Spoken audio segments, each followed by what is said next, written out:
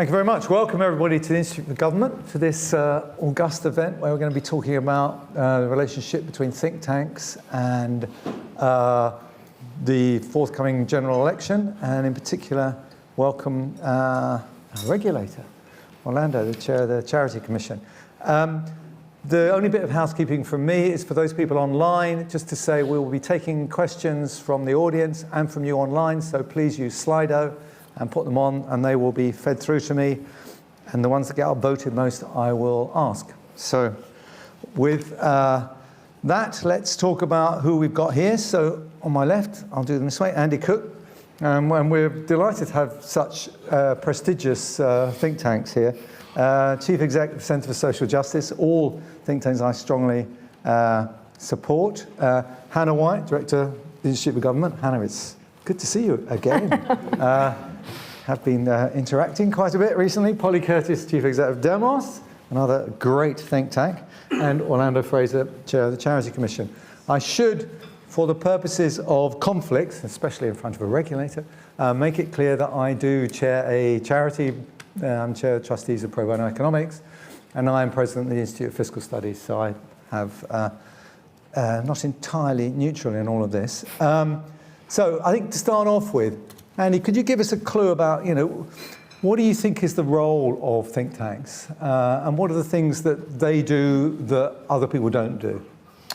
Thank you, and thanks for this great event. Frankly, I don't really know. I've only been doing 8 years. I'm still trying to work it out. But what I have worked out, I think think tanks ultimately are there to make society better. I know that sounds a bit general, but they are. They're to act on behalf of people groups, to bring a kind of intersect between local delivery and national delivery, and work in a space where sometimes ideas get too tight, and enable innovation. I think probably there's three things that think tanks do. Firstly is identify where there's issues, big issues, nation-wide issues, localised issues, and try and bring a big understanding to what's really going on a subject for a people group in a nation. Secondly, I then think they try to bring out some ideas towards that, navigate around evidence, give understanding, etc., and bring some big ideas to solve some of those issues. The final part, I would say, is then rather than leaving those issues just out there for anyone, there's an active or an activity part. How can you drive those issues into being? Now, some think tanks might just do part A, tell everyone how bad everything is, and probably use their own KPIs on the basis of press articles, how much they lift up there. Some do part A and B, I think, and bring ideas and just leave them up there for anyone to take on. And some will do part C as well and try and drive them in. Interestingly, when I first came down to Westminster, which will become apparent that I'm not from around these parts, I went to the Think Tank Awards, which I have to say was not the kind of party that I was used to going to. It was very different. And what the prize was given out for the Think Tank of the Year was a tank top. Which I hear from our younger team are coming back into fashion. But it kind of represented that these were kind of the kind of geeky side, the real depth of understanding, the knowledge, the tank side of it. Whereas actually, where we work and others that I know work would see the tank side as about driving things into being rather than just patting yourself on the back for being clever. So my memory of tanks was various, particularly between the Treasury and the Bank of England. So get your tanks off my lawn. That's the kind of tank element. It would be, so it's good to know, okay, so that's what think tanks are doing. Orlando, it would be really good for you to give us a view about actually, from the Charity Commission's point of view, what is it that they should do, what is it they shouldn't do, and you have been thundering on in the Times today. So could you give us, for those who haven't seen that? It's a good read. I recommend it. I'm giving it a plug. Come on. So what? So as I said out this morning in the Times, what our view of the Commission is this. First, as Andy's been explaining, think tanks as a whole are plainly critical to our ecosystem. Their work is valued by parliamentarians, by policymakers, because they involve research, analysis, debate, finding solutions to really tricky challenges that we've got in society. Now, such is their importance in informing the debate and educating the public that many of them hold charitable status because they make an enormously positive contribution to public debate. Now, although such charitable think tanks are sometimes criticised as being undeserved of charity status due to their involvement in this debate, the Commission has no interest in stifling their work.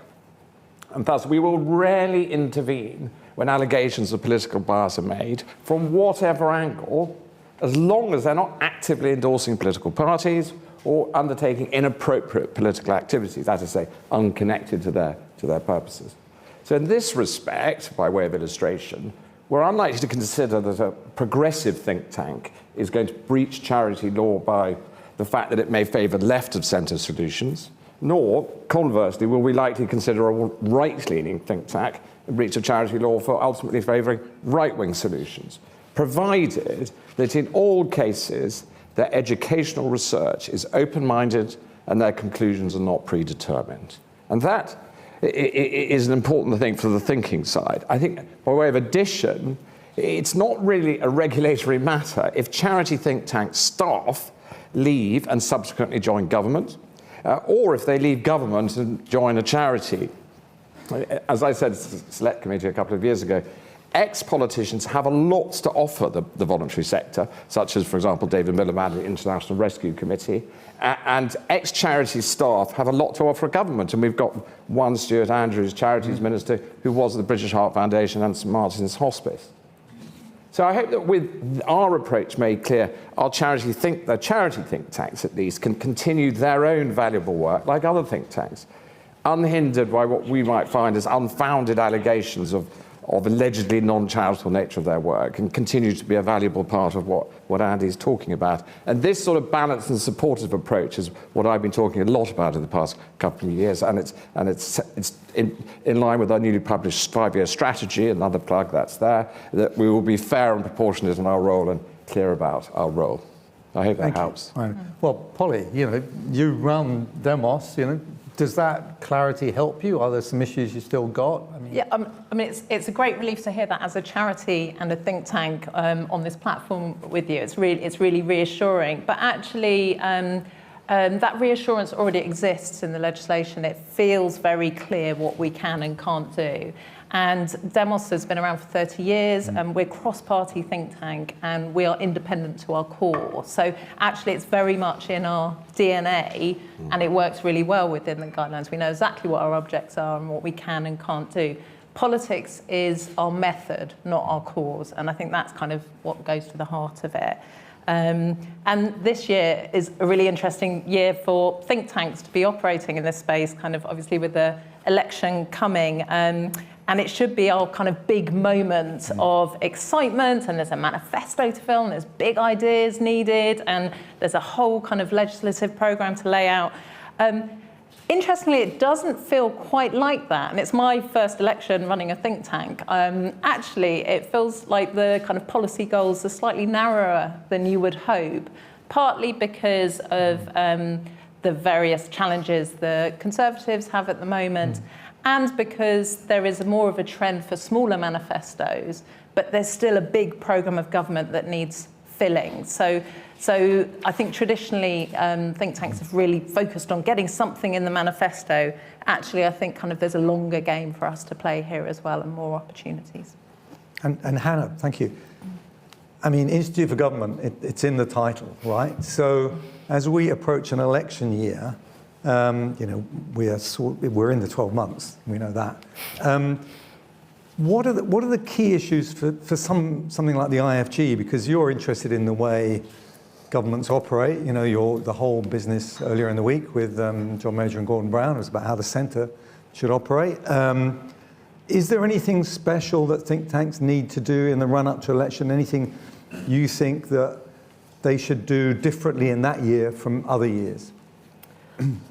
I think that's a really important question, and I think we've been thinking a lot about the opportunities and the challenges for a think tank in the run into the election. And like Demos, we're a non-partisan think tank, and we exist. Our charitable aims are, education around government and trying to make government work more effectively. I think that the thing that changes for us as a think tank, when you are past the election, when you have a government governing, we spend a lot of time thinking, what is the government trying to achieve? How can that be achieved more effectively? And by default, therefore, we're talking and thinking a lot about the process of government and the people who are currently in government. When you start to approach an election, there are obviously other people who might shortly be in government or the opposition parties. And so we have to start to pay attention much more explicitly to what they're saying and what they're thinking, and seeking not just to influence the way the governing party does government, but the way people who might become the governing party as the official opposition and the other parties might approach government. And so that then, of course, makes us think, we have to make sure we're being balanced. We have to make sure that we are, not giving any sort of perception that we're advocating on behalf, or supporting any of those opposition parties over the governing party. It's all about how they might go about being in government, rather than the fact that the Labour Party or the Liberal Democrat Party or whatever it is. So I think we're very clear that this is all squarely within our charitable aims, but we're conscious that there is also the possibility of perceptions that we're doing something different or might be being biased, and we have to be really careful about that. And we think about that in relation to who we have on panels, how we talk about our work, and how we make sure that we're always trying to talk to anybody who might want to take up our ideas. So I think for me, and I'll come to Andy as a sort of practical example, for me the issue is that all of you have been operating in this world where Conservative Party for a long time, your interactions have been with the government a lot, much more so than with the opposition. And what you find now is everyone's saying, well, given where the opinion polls are, we need to get close to Labour. So there's this big demand for people to go, no, just introduce me to the shadows and all the rest of it. I'm not really interested in this government because I haven't got long to go, kind of presupposing the result. How do you kind of deal with a world like that and still not fall foul of appearing to, presume that the election is going to go in one way or the other? So for us, it's important that we stick close to our values, that we are there, CSJ is there for the bottom 20%, those most struggling, and to help us keep our, if you like, our kind of anchor right. We've got an alliance of small charities all across the country, 700 of them, regional offices working with the small guys out there. So we feel it's our way of, we're their voice. So we want to hear what's going on for them, and that's our anchor, if you like, regardless of what's happening at the top tier, and that keeps us on the straight and narrow. We're arguing for the things that they know will change lives, etc. Of course, then there's a tactical point where if things are shifting, etc., you go from just holding up ideas in a worthy way through to how do we get these enacted. And absolutely, there's also some practical things. You've got a Labour setup right now that don't actually have a big infrastructure of people that they're able to draw in, and researchers and staff capacities low and all of that type of thing. So you're making you're sending things out in the hope that people will pick them up, and you can do some of their thinking for them. That's the argument you are making. Look at this, we've done the analytics, we've got the evidence, here's what will change the nation that way. So you're naturally seeing that. The other thing to bear in mind for the poor think tanks is when it's an election year, whilst there is great opportunity, notwithstanding Polly's great point about things seem very narrow, great opportunity to do some big, bold ideas. Right now, things seem there's ongoing work that needs to be done. There's people out there that are needing solutions and ideas and all the rest, and things do feel a bit frozen because all eyes are on whenever it may be. Yeah. So how you keep that ongoing work, because our job is to make the country better all the time, not just at key moments. And Polly, give us an example. So you're interested in having a big impact on policy, whoever wins the next election. What's the best way of doing that now? So how, basically? It depends on the policy. I would say, it depends what you're trying to achieve. Give us an example where you're trying to influence policy at the moment. An example, if I may give you two, because they're very different. So one is we do a lot around information and elections and how to protect election integrity. At the moment, we are trying to look for solutions to the problem that AI is challenging to the election. There are very few policy, legislation or technical solutions. So at the moment we are trying to build a cross-party consensus about the use of political parties, how they use AI at the election, so that they agree together a set of principles that levels the playing field, but also shows some leadership and sets some norms in this really vital area. So in that case, we definitely don't want one party to sign up, because it will become weaponized in itself. So we're trying to kind of carefully negotiate cross-party. And I think there's a lot of interesting problems we're facing at the moment where there could be a cross-party solution as well. Another is our work around what we call relational public services, and about how you transfer some of the power in public services from people who deliver them to people who receive them.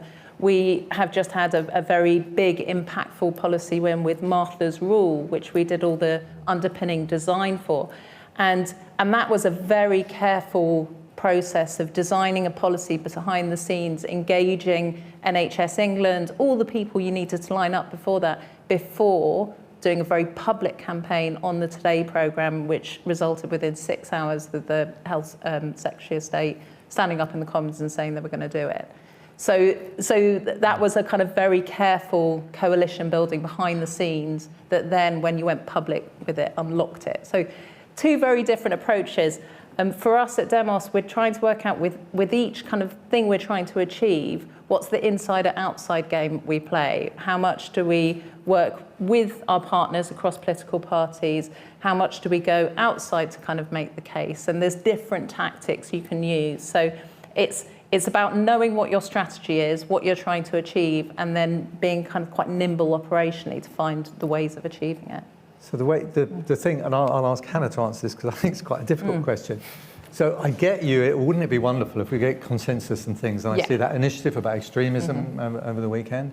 And but this is an election year. The whole point of elections is to differentiate your product from the other parties. So in that world, Hannah, how do you, any of you as think tanks, go about delivering that? So Hannah, and then Andy, I think, wants to come in on the same thing. Yeah, I mean, I think it's a really important question. And I think we sort of clocked something fairly recently, actually, which is that often what we try to make as an argument is that, there's a certain situation, there are things, the government is aware of this, government's trying to make it better, and here's some more things you could do, and you could go further and faster and sort of build on a direction of travel.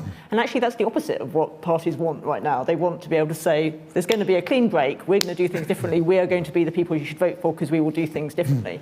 And I think there's a really important point to recognise, which is that sometimes, as a think tank, and particularly the non-partisan think tank like the IfG, you can be too apolitical to achieve your aims. So if you just always sort of throw ideas out there and sort of hope that anybody would pick them up, the chances are much less than if, particularly in election year, you develop those ideas and then you think through in a really crunchy way, well, where is the Labour Party on this?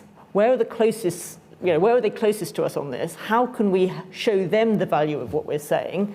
And then we can look at the Conservatives and say, where are they in relation to this? And we should be, and Orlando will correct me if I'm wrong, but I think it is totally within our charitable aims to be tailoring our messages and saying, this is the evidence, these are our conclusions, and this is why we think you as a Labour Party should pick this up and do it. And this is why you as a Conservative Party, this is why it aligns with what you've said you want to do. We are, at the end of the day, trying to achieve those aims, and we are trying to make sure that all the different political parties see the value of that and why it works for them. Andy, and then I'll ask Orlando to see if he thinks that you're getting this right. We look at these things on a case-by-case basis, but broadly speaking, what you're saying doesn't appear to be controversial, which is that these are your ideas, you develop your education, and you want to see them in action, and that's political activity connected to your educational purposes, hypothetically. Do you have any practical examples you can point to of things that have gone wrong? Examples you want to point to is that this is what you shouldn't do. Well, no, but you've got to. I prefer not to talk about individual cases or single out charities, but you've got to avoid the obvious endorsements. You've got to avoid setting out them being too closely allied. Your trustees have got to think about, when you're getting involved in this area, mitigating risk and considering the point while furthering your purposes. And what we like people to do is really think about that. Get that. Just to say, we've got to remember, absolute consensus building, etc., is great for rolling out programs. Should be done in lots of ways, but also politics is a competitive game, and I think part of what your strategy should be and can be to do, and it's great that Orlando's written what he has today to basically give a bit of a green light for some of this. Is that you can kind of go the other side. Once, your job, if your idea is landing that idea, creating a battle over that idea is what we try and do. And as an example, right now, we've been talking for the last number of years about this thing of the ghost children. After lockdown, 140,000 children missing from education. It's an absolute travesty what's gone on. Now, we've worked with how you can solve that issue. Government have piloted something in Middlesbrough, nowhere near enough, according to what we've seen and what we know. Well, we then go and we're kind of constantly trying to work with them, show the evidence, splashing it across various news outlets. It's not going quick enough, according to us. So then you go and work with the other team and say, do a speech with us on it. Well, sure enough, that wakes them up, because suddenly the Labour are starting to get hold of this as an issue. And I think this is a really exciting area that think tanks can operate in, kind of working on where there's issues, using the kind of battle for ideas, battle for ownership of things. We're going to be the guys that do this. And that's a really exciting thing that we could and should be doing more of. Okay, final question for me, then I'm going to open up to the audience, so be thinking about your questions. How do you maintain that kind of, not go across the lines on political support and all the rest of it, when actually nearly all of you are talking about changes you want to achieve? And by definition, if you're changing things, you're saying, well, actually, something's gone wrong. I mean, you have one party in power for a long time. So how does that not come across as that you are actually arguing in favour of the opposition rather than the incumbent government? I think it's really understanding, to Hannah's point, kind of what the policy space is with the people you're engaging with, where, mapping who might be open to these ideas and looking for the opportunity. Every time you engage political partners that we work with across the spectrum, you're thinking about your political capital and how you're using this and whether you're deploying it to the best impact. So you don't want to go into a situation where you're arguing something that they definitely won't do. It's not a sensible use of the thing. So I think it's kind of about having really strong political judgment and insight and connections and really understanding the political landscape you're working in. Okay, got it. Do either of you want to add with that, or Hannah? Yeah, I mean, I would just say I think part of the value which think tanks bring is the ability to think big and think beyond where the political system is now. And you take, for example, the criticism which we've made, the RFS has made, many other people have been making about the credibility of fiscal plans, spending plans, which the government hasn't specified how it would make real the spending plans which are integral to its claim to be following its fiscal rule and having debt falling in the fifth year. They would imply huge cuts. Neither the Conservative Party nor the Labour Party have, Labour Party said they would sign up to exactly what the Conservatives have done in terms of those figures. Neither of them have been clear about what the implications would be for public services. So we're making, along with others, that argument that actually both parties need to be clear about this. There needs to be transparency if people are going to make a proper decision at the next election about how they want to vote. So that's just an example of the fact that arguing for change isn't just necessarily about arguing against whoever currently happens to be in power. Sometimes it can be a bigger question about the assumptions on which the whole system operates. My only worry with that, okay, so I'm going to infringe my rights as chair, is so that there are these people saying you've got to lay out all you're going to do and lay out how you're going to do it. Actually, as you rightly said, Andy, particularly the oppositions, they don't really have the knowledge to do that. And I'd much rather they specified the outcomes they want to achieve and actually waited a bit until they got in and got some civil servants around them to actually talk to them, and some people who will do the frontline delivery, be they from the civil society or wherever, to actually help them come up with the right answer and not be locked into something that they felt because Laura Kuenssberg's going to ask them, they have to answer, oh, this is how we do it. And when they do that, what we always get is, oh, and you get lots of inputs. 20,000 more police, 10,000 more doctors. Like, oh, God, no, please, you know. Sorry, that was me infringing my rights. Yeah. It's all over to you now. I've got a question for Gus, actually. Oh, God. No. So on that basis, do you think that the Blair government should have waited more than a few days after the 97 election before announcing the independence of the Bank of England? So it's a really good question because they hadn't planned to do it. Yeah. It wasn't mentioned in access talks. I know that because I was in the access talks. Because they got a big majority, they decided that they could move further than they wanted. And they were, I had discussions with their boards, let's reveal all of this, about what one might do in that space. Because we had a number of chancellors. Chancellors are a bit like prime ministers here. You know, prime ministers here want to devolve more power when they've left, right? Chancellors wanted independent central banks when they'd left. Cabinet secretaries want the civil service to be more transparent when they've left. Right? It goes on, I can tell you. But yeah, there was quite a lot of work, and obviously they wanted to make a big splash, and we hadn't worked out all the details. There were all sorts of questions which got a bit fraught at times, it has to be said. So sometimes they want to do the big radical thing, and I had no idea if Labour were to win, whether that would be where they'd be. All right. Hands up. I'm going to go here first. Thank you. Wait for the mic, please.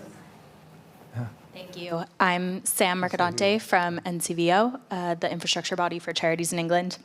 And I wonder, Orlando, if you could speak a little bit to a potential discrepancy between kind of what you've been saying in the Times and at this event today and the regulatory alert for think tanks that was issued in 2018. One of the things that is deemed not acceptable is if the purpose is to achieve a change in the law or policy which would not advance the charity's educational purposes, fine. But then the second sentence is, it is not neutral and presents the individual with biased and selective information in support of a preconceived point of view. Orlando, hang on, we're going to do it in threes. I see, okay. You will definitely answer that question. Thank you. I can assure you. I'm looking forward to doing that one. Hi, my name is Iki Young, and I work in academia. But before that, I was from New York City, and I worked with the different think tanks in New York City. And in the US, the think tanks are definitely politicized, and there's no way coming back. But since I've been living here in the UK for almost a decade, and realize also there's a huge political spectrum of think tanks here. So you guys talking about sticking to the values, being impartial, but how much effort can you make to reduce or minimize the politicization of think tanks? And my second question is, as a recipient of donations, funding, especially when some big donors are from our political party affiliated, how much, what can you do to reduce the impact of the political party affiliation, and how much effort can you make in your agenda? Okay, thank you. I'm going to impose rules about one question, right, per person. Yeah, the last one. My name is Nick Kareem, and I run a one-man think tank called the Blue Sky Network, and we generate ideas which we then spread around as to many people as possible. But the one thing I'm very keen to push, and I'm working with my friend Lord Bird, the founder of The Big Issue, is about dismantling poverty. I think that's the greatest thing that any government could be focusing on, is dismantling poverty, because if you dismantle poverty, then the question is, first of all, let me congratulate Demos, because I used to know Mark Leonard, of course, who coined the phrase. Yeah, question is, very similar to the one you were asking, how are think tanks funded, and how do you stop being influenced by the funders? Good. Okay, so Orlando, that 2018, I'm pleased you asked me about that. First, I can confirm that the gist of the Times piece is going to go up on our website as a blog, point one. Secondly, the 2018 alert was issued at a pretty febrile time for think tanks post-Brexit, when I understand that the Commission felt the need to intervene in a quite prescriptive manner. The Commission feels confident now that charity think tanks understand their obligations under charity law, and I've been getting more comfort as one sits here. And thus we can confirm that the historic 2018 alert is no longer effective. And our regulatory position is as I set out in CC9, the 5-minute guide, and our published blog, So that, which will also say that the 2018 letter is not effective. There you go. Policy win. Well done. Well done, NCVO. So donors. Hannah, do you want to kick off? Yeah, Andy? sure. So, I mean, I think I'm this is sure everyone would like. Yeah. This big issue. This is a big issue. Yeah. And I mean, the way we tackle it, the Institute for Government gets a large part of its funding from a single donor, from David Sainsbury, from his Gatsby Foundation. But we make sure that we do a whole lot of different things to make sure that there can be no influence or perception of influence over what we might say from where that funding comes from, apart from the fact that Gatsby doesn't have policy positions of its own. We have cross-party governance, so we have representatives of the Conservatives, of the Liberal Democrats and the Labour Party on our board. The trustees, I think, again, Orlando, I assume would agree, have this responsibility to make sure that what we're doing doesn't have any political bias or perception of bias, and we think a lot about this and talk to our board about it a lot.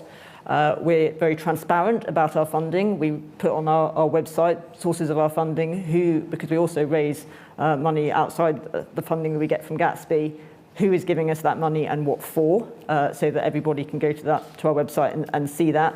And then we're very careful to explicitly demonstrate balance when we hold events, giving equal opportunities, balanced opportunities to different parties to represent their views and to talk about what they think about the sorts of things that we're putting forward. So I think that combination of things is designed to give people confidence, obviously in combination with rigorous research processes, evidence-based recommendations and so on, that we're not being influenced by any donations that we might get. And I'm sure that they have similar answers from both of you, but anything you want to add to that, Andy and Polly? Particularly on that point about politicisation as well. Yeah, firstly, is it Gatsby with 1 T or 2? 1 T. Okay, interesting. I'll pursue that donor. No, always after money.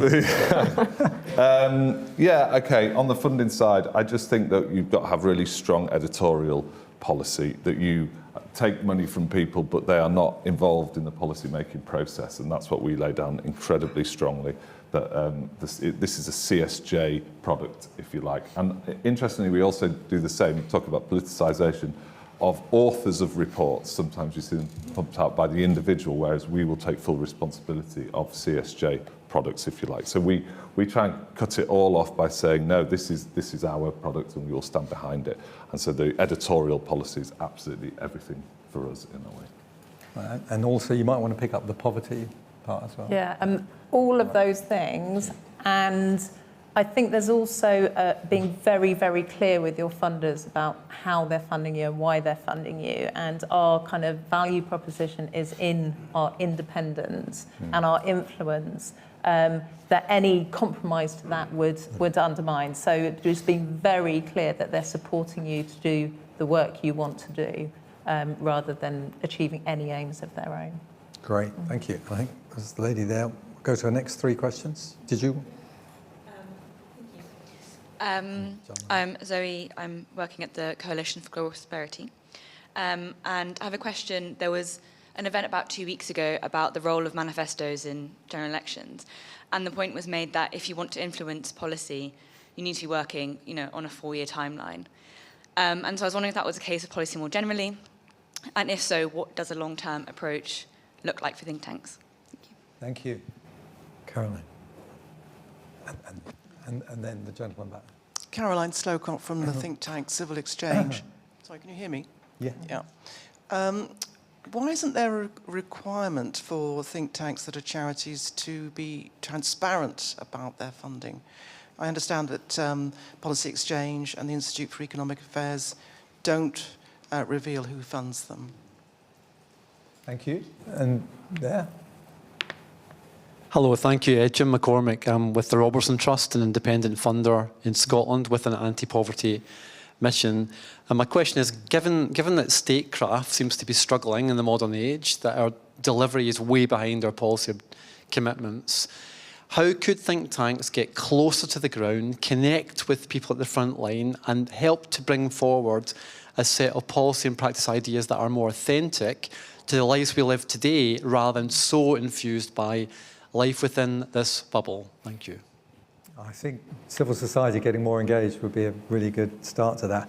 And just, okay, so I'm going to answer a little bit of one of them. On the manifestos, just a point that, that I keep hammering home to people, as a member of the House of Lords, people need to remember that if, let's imagine that Labour were to win in the next election, on day one, and I don't think this will change, they will have a majority strongly against them in the House of Lords. The Salisbury Convention says that if it's in the manifesto, the Lords will not block it. Now, I've seen conventions come and go, bizarrely, but it's an interesting question, but there's also an interesting question for people writing the Labour manifesto to contemplate how they deal with that. So, but manifestos in general. On the long-term point, I think kind of, again, depends on what you're trying to do, kind of where the impact is. But I think there is definitely a long game that you're playing the whole time. And a lot of the time, at the moment, we are thinking a lot about prospective candidates and how we build the relationships with the new incoming cohort to the government, so that we have that kind of long-term relationships to exercise over the future. So I think it is a very long game. We spent 5 years working on the online safety bill, for example. Right. Kind of, you know, it is a very long-term game, but I'm a very impatient person, so sometimes I just look for, you know, where's the opportunity now? Right. Okay. Just to add to that, I mean, I think maybe this is particular to the IfG, but we are also conscious that, you know, manifestos, also budgets suffer from this, are sort of always an exercise in generating novelty and changing things and showing how you're changing things, as we were discussing. And actually, there's a lot about what government does, which is just about doing what it's doing anyway better, and incremental change, and the sorts of things that are never going to make it into a manifesto, never going to be a big splash, but are nonetheless really, really important and might, in the end, add up to a bigger difference to people than, you know, some of the things which parties say they're going to change today and tomorrow. So we are trying to make sure that in an election year, we continue to focus all the long-term important things, the things that won't be in the manifesto, the things that we might want to be talking to people about after an election, which won't have been the subject of big political debate, but are nonetheless really important, and trying to keep that balance between what we do. Yeah, just to say, with the same, you set yourself on some goals. It's all based on what your mission statement is. Are we after this just because there's a moment in the political calendar, or are we after this non-stop? And so you set your model up accordingly. And also be careful what you wish for if you get things in the manifestos, because they become political cannon fodder during a period. Who remembers Theresa May's manifesto, for example, where actually if you've been campaigning for that idea for a long time, suddenly it's kicked long into the long grass. And so you have to think very carefully about what things you want out there on the political battlefield. And go to the point about linking with front lines, absolutely. And I can say this it's the part of the reason I ended up going where I was going, because desperate for the small guys to get a voice, and sadly they don't. 84% of giving in this country, for instance, goes to 4% of the charitable market. A lot of the big boys get the say and the little ones don't. And hence the reason there's many organisations like Pro Bono, like others, like NCVO, working hard to try and get that voice louder, and it has to happen more. Thank you. The funding one. And the transparency, yes. Yeah, on the funding. I mean, of course, trustees and charities can publish their donors and who gives what, but it's voluntary. There's no law that says they has to. There's no regulation, and as the Commission, we apply the law and we apply the regulation. So we're not going to force them to. Last week we've been very busy at the Charity Commission. We published one on accepting donations, returning and refusing donations. And generally, the law it presumes you should accept a donation because it helps your philanthropic, your charitable purposes. And often philanthropy is something that is better than government funding. It tends to have less conditions and can do wonderful things. Now, there are all circumstances in which you can refuse a donation if it's, for example, illegal, or you think there are serious reputational issues, which is where you're at. But that is all up to the trustees, really. They think about that and they come to a view, and as long as it's not wildly irrational, we're unlikely to intervene. Yeah. So authenticity, but you might want to add, you know, does Demos publish its list of donors? And yeah, we publish our list of donors every year, and every report we publish is transparent about what funding has come into that. So that's incredibly important. So if there were, would you think legislation should require that of everybody? Wouldn't affect us. So I'd be very comfortable with that. Yeah. So authenticity. Yeah, so I love this question because Demos has always been about connecting people with politics and being that bridge between the two. And there is some kind of renewed interest in parts of the Labour Party around this and on parts of the right as well. William Hague, Rory Stewart has been advocating for Citizens' Assembly. And at the moment, we are working on a citizens' white paper that will set out the how, when and why you do participatory processes to connect people around the country at different levels of policy making appropriately and in support of our representative democracy. So, love the question. Now, I should take some from Slido, but it's completely gone blank, so I'm going to hand over to Anna. Right.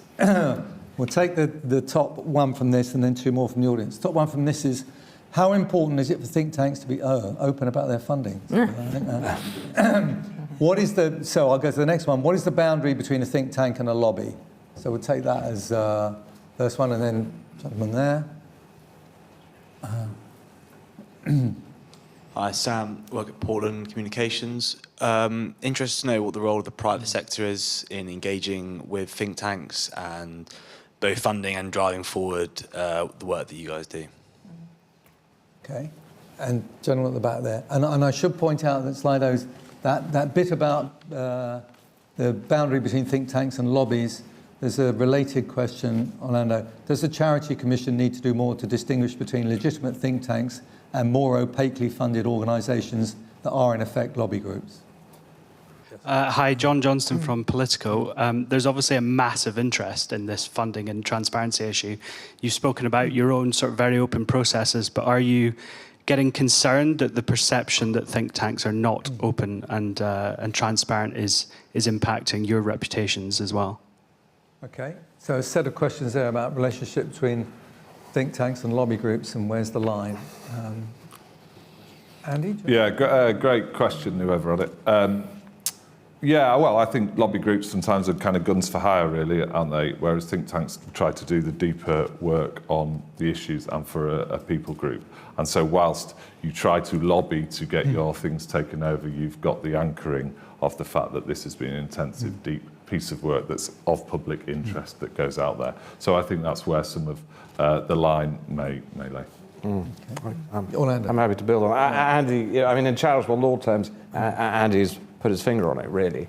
A think tank would be a charity because it's furthering educational purposes, it's looking into something, researching. It can push for a change in the law, and that's political activity connected to its purposes. Something that just exists just to lobby is something just existing for political purposes, and that is not a charity. Do you like? No, all happy with that? Okay. Okay, we just have time for one more then. How can think tanks work with other actors, e.g. media, policymakers, politicians, to ensure their research is well understood and plays a constructive role in the political debate? So how do you get to, policymakers, politicians, media? I mean, I think for anyone actually practically working in this area, I think this is a really important question as to, so who do you talk to? You know, who are the movers and shakers? How do you make sure that your message, your research actually gets listened to? Is it by going on the Today programme, or is it actually getting out there in local areas and, you know, interacting with real people as opposed to Nick Robinson? Sorry, Nick, didn't mean it. I'd say it starts with having good ideas. You use all your networks and your relationships you build up across the political landscape, across the media, but you could have all those relationships in the world. If you don't have good, novel ideas that cut through, that identify the problems before us and provide the solutions, that it's going to fall flat. Okay. I mean, I would just say that we always sort of try and think about having a twin track approach. So there's one thing about sort of in quite a granular way, thinking we've come up with these ideas and there are the following 5 people whose minds we have to change in order for that to happen, and to focus on trying to change those minds and thinking about how that can best be done. but there's also something really important around the wider conversation and generating, contributing to the right debates happening in public, and being credible as an organisation that people want to listen to, so that the 5 people who you want to listen to you think, oh, well, it's the IfG saying that, we ought to listen, because people generally listen to them and think that their ideas are valid. And that, again, all comes back to the quality of our research and the impartiality of our research, and the fact that it's evidence-based, that people should think, actually, they're worth listening to, and they're people who we should take seriously. Yeah, I think, we're all massively egotistical, so we all love a splash. We all love chatting to Nick Robertson if we get the chance. But you've got to ask what the purpose of that is. Is that often to draw in other people into the thing, which is invariably what happens? You get a front page on something, and it's interesting then who hears about it and who wants to help. Do you have a mechanism to then get further voices, understanding in, versus the kind of scalpel approach, if you like? It's amazing how small the rooms are that decide these massive things. And can you make a particular focus to certain people where your ideas might help them solve a problem, which they may not know is there? We have 2 minutes left, so I've got time for one more question. I'll go to the room. Jill. Slightly different question, just to all the think tank leaders, then to Orlando, is how do you all approach managing political activity by your staff? It's very tempted for people who are really interested in policy to get engaged when there's an election going on. Do you have rules? Do you not have rules? And is that of any interest at all to the Charity Commission if they see all the staff on the payroll campaigning for one political party? Good question. So rules. Great question. We're involved in the political landscape, so I want my team to go and learn more. I want them to go and understand what the process is. So we give when there's a period of election, if people want to go and campaign or do something for a certain party, we give a green light as part of a staff development process. We need to we hear where it is and all the rest. But I'm very interested in learning about the process and how it takes place and letting them develop as well. So, Hannah, if you work for the IfG, can you go and canvass for a political party? No, you can't. And we thought that might be the answer. So we are very careful about this. We've also had to think about it in relation to things like protests and referendums and so on. It's really important. We as an institute did a lot of work around the run-up to the referendum on the EU and afterwards about how to implement the outcome. It could have been really detrimental to perceptions of our independence if we'd had members of our staff sort of being seen to be actively involved in campaigning on one side or the other. So we have to ask our staff not to do that. Demos, can you? You can, but not on Demos time. And what's really important to Demos is that we have political diversity in the team as well. So we, are cross-party in the team as well as out. But I should say, it's important, and what I've really taken comfort from is that politics shouldn't be a scary kind of dirty word in all of this. Politics is our method. It's not our cause. I think that's really important. Politics is a justifiable way to reach your charitable objectives. Okay, Orlando, you have the final say on this. It is, of course, it's of course of interest to the Charity Commission, this sort of thing. We have long-standing elections guidance, which is on our website, which tells charities what they really can and can't do during elections and how to mitigate the risks if personnel or staff want to be involved on either side, and the trustees have to think about it. But it's absolutely clearly there, and it's of great interest to us. Thank you. Right, thank you, Jill. Good question. So I'm afraid we've run out of time. Remains for me to say a big thank you to Andy, Hannah, Polly, and Orlando.